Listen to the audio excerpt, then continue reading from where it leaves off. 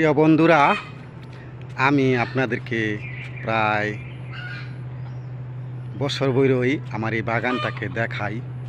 কলা, এই যে কচু, এই যে কলা বাগান, এখানে বিভিন্ন ধরনের সাজনা ডালা, সাজনা গাছ এগুলো লাগাই রাখছিলাম। কলা বাগান করেছিলাম, এখানে অনেক কলা ধরেছে, সেইগুলো আপনাদের দেখাইছি। কিন্তু দুঃখের বিষয় না, এখানে আমার মনিবে একটা ডুপ্লেক্স বাড়ি বানাবে। এখন এই কলা বাগানটাকে পরিষ্কার করতে হবে, এখান থেকে মাটি ফালাইবে।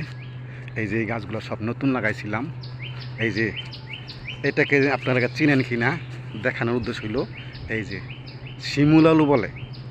এটা প্রায় কয়েক বছর যাবৎ আমরা এখানে প্রতি বছরই অল্প স্বল্প লাগাই এবং আমি আমার গিন্নি উঠাইয়া খাওয়ার মতো চলে। এই যে দেখা যায়, এই যে শিমুল আলু অনেকে চিনে কিনা যায় না। এই যে শিমুল আলু গাছ কি সুন্দর হয়ে রয়েছে দেখেন বন্ধুরা।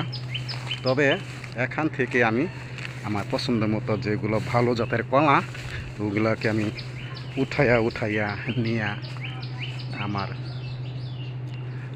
যেখানে স্থগিত জায়গা ওখানে নিয়ে লাগাইছি কিছু কিছু।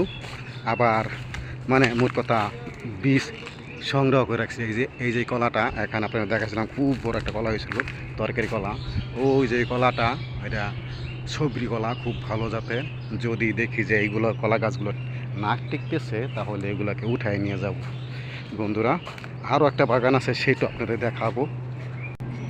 এই যে এখানে আমি পেঁপে বাগান করেছিলাম, তবে সম্ভবত এদিক দিয়ে নষ্ট হবে না, তাই পেঁপে চারাগুলো রাখছি।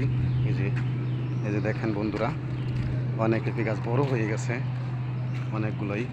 আর ওই সাইডে তো পেঁপে গাছ সব বড় হয়েছে। এই যে বন্ধুরা, এই যে পেঁপে চারা দেখা যায়, এই যে পেঁপে গাছগুলো দেখা যাচ্ছে। এখান থেকে যে নেপালি কলা গাছ লাগাই রাখছি আমি। নেপালি কলা গাছ আরও একটা আছে খুব বড়, এটা দেখাবো, প্রায় এখন কলা বের হবে। এই যে মিষ্টি কুমড়ার শাক এখানে করেছি অনেক। এই যে আমার আরও একটা সুন্দর বাগান। এই বাগানটা নাকি পরিষ্কার করতে হবে, এখান থেকে ট্রাক আসবে, গাড়ি আসবে ঘরের মাল সামাল লইয়া। ওই যে একটা কলা ধরে আছে, দেখি কলাটা দেখাতে পারি কিনা। ওই যে কলাটা দেখা যায়, ওই যে বস্তাতে ঢেকে রাখছি বন্ধুরা। এই বাগানটা আমি একটু ঘুরে দেখাই। হয়তো এই বাগানটা টিকতেও পারে, নাও টিকতে পারে, আমি জানি না সঠিক কোন দিক দিয়ে মনিবে, কোন দিকে কী করবে। তবে শুনলাম যে এখন তারা এখানে ঘর বাড়ি করবে, তাই আমিও চেষ্টা করতেছি কিছু কিছু জিনিস